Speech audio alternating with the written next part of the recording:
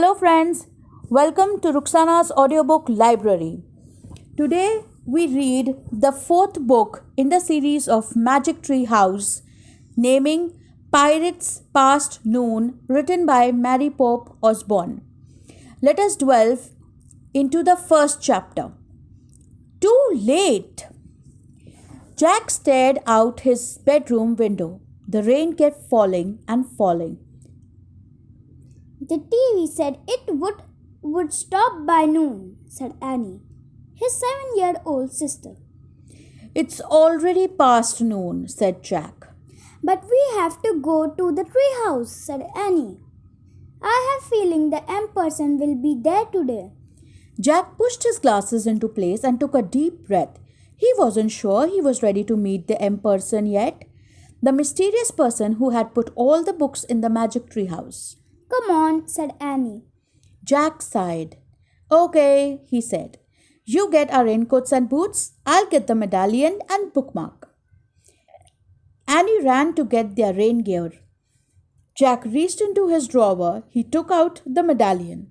It was gold. The letter M was engraved on it.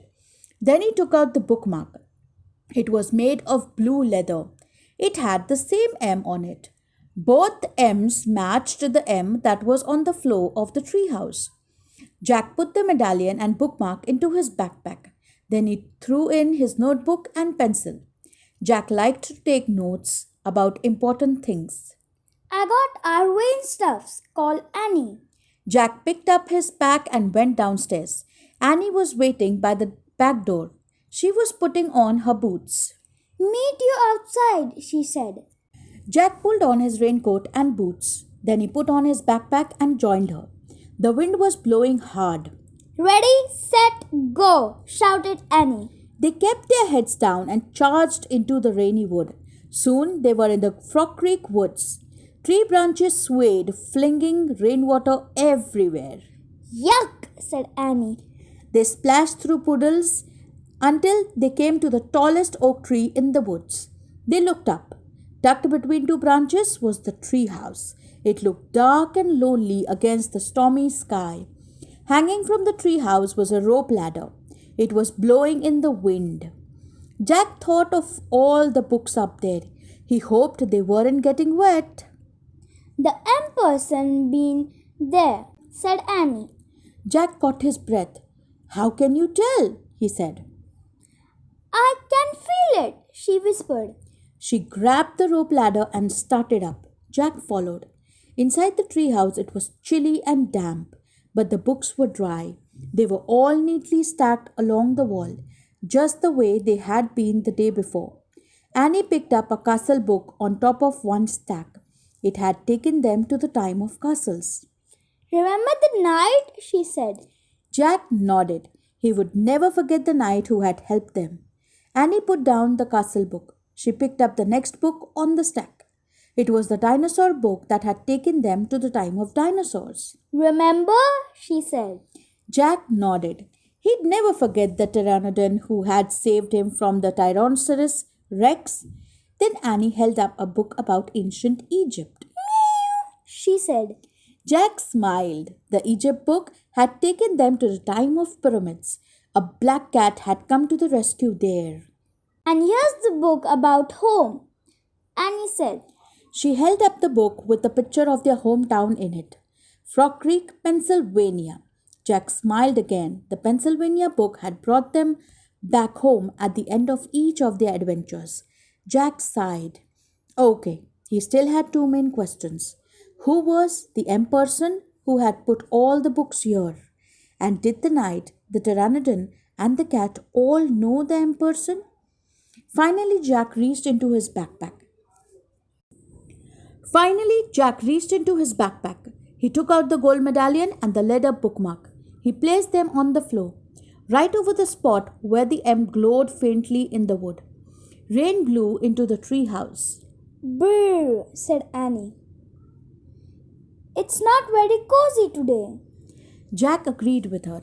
It was too wet and cold. Look! Annie pointed to an open book lying in the corner. I don't remember a book being open. Me neither, said Jack. Annie picked up the book. She stared at the picture on the page. Wow, this place looked great, she showed the picture to Jack. He saw a sunny beach, a big green parrot sitting in a palm tree, and a ship sailing on a blue sea. Another gust of rainy wind blew into the treehouse. Annie pointed to the picture. I wish we were there inside instead of here, she said. Yeah, said Jack, but where is there? Too late, came a squawk. Jack and Annie turned quickly. Sitting on a branch outside the window ledge of the treehouse was a green parrot, exactly like the parrot in the picture. Too late, the parrot squawked again. A talking parrot, said Annie. Is your name Polly? Can I call you Polly? Suddenly the wind started to whistle. Oh no, now we're in big trouble, said Jack. The wind blew harder, the leaves shook, the treehouse started to spin faster and faster.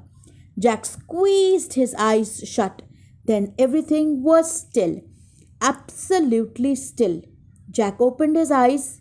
Too late, squawked Polly. Chapter 2. The Bright Blue Sea. Jack felt hot sunlight streaming into the treehouse. He smelled salt water. He heard the sound of waves.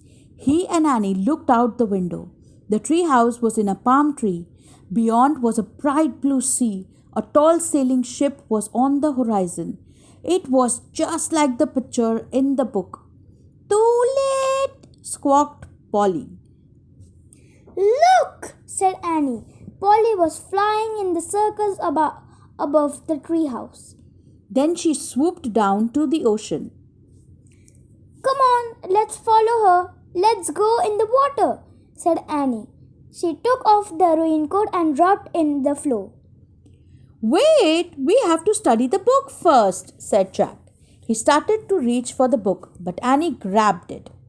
You can read it on the beach, she said, without even looking at the cover. She shoved the book back into Jack's backpack.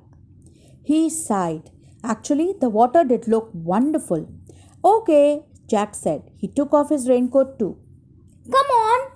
Annie handed Jack his backpack, then started down the ladder.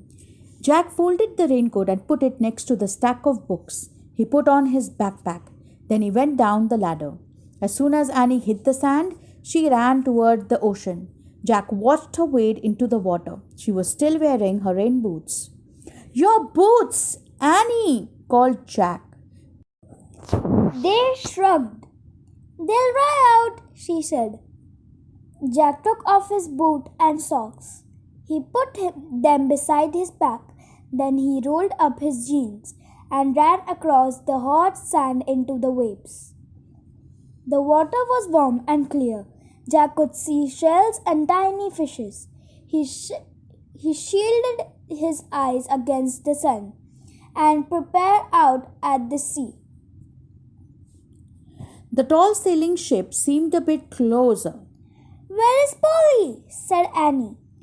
Jack glanced around. No sign of Polly. Not in the palm trees, not on the sunlit sand, not over the bright blue sea. When Jack looked out at the sea again, the ship seemed even closer. Now Jack could see its flag. As he stared at the ship's flag, a chill went through him.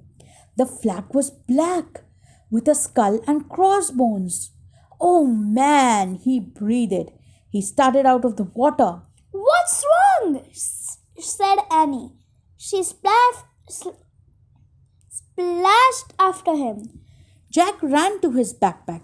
Annie followed. He grabbed the book from his backpack. He looked at the cover. For the first time, he and Annie read the title of the book. Yikes, said Annie. Pirates of the Caribbean? Jack read loud. Chapter 3. 3 Men in a Boat.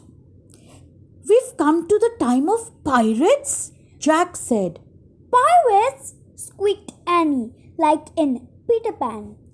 Jack flipped to the picture that showed the parrot, the sea, and the ship. He read the caption under the picture. 300 years ago, pirates raided Spanish treasure ships in the Caribbean Sea. He grabbed his notebook and pencil from his pack. He wrote, Pirates in the Caribbean. He turned to the next page. There was a picture of a pirate flag. He read, The skull and crossbones flag was called the Jolly Roger. Let's go, said Annie. Wait, said Jack. I want to make a drawing of the flag. He propped the pirate book in the sand. He started drawing the Jolly Roger flag. Don't copy the picture in the book, said Annie. Look at the real thing. But Jack pushed his glasses into place and kept drawing. Jack, some pirates are getting into a rowboat, said Annie.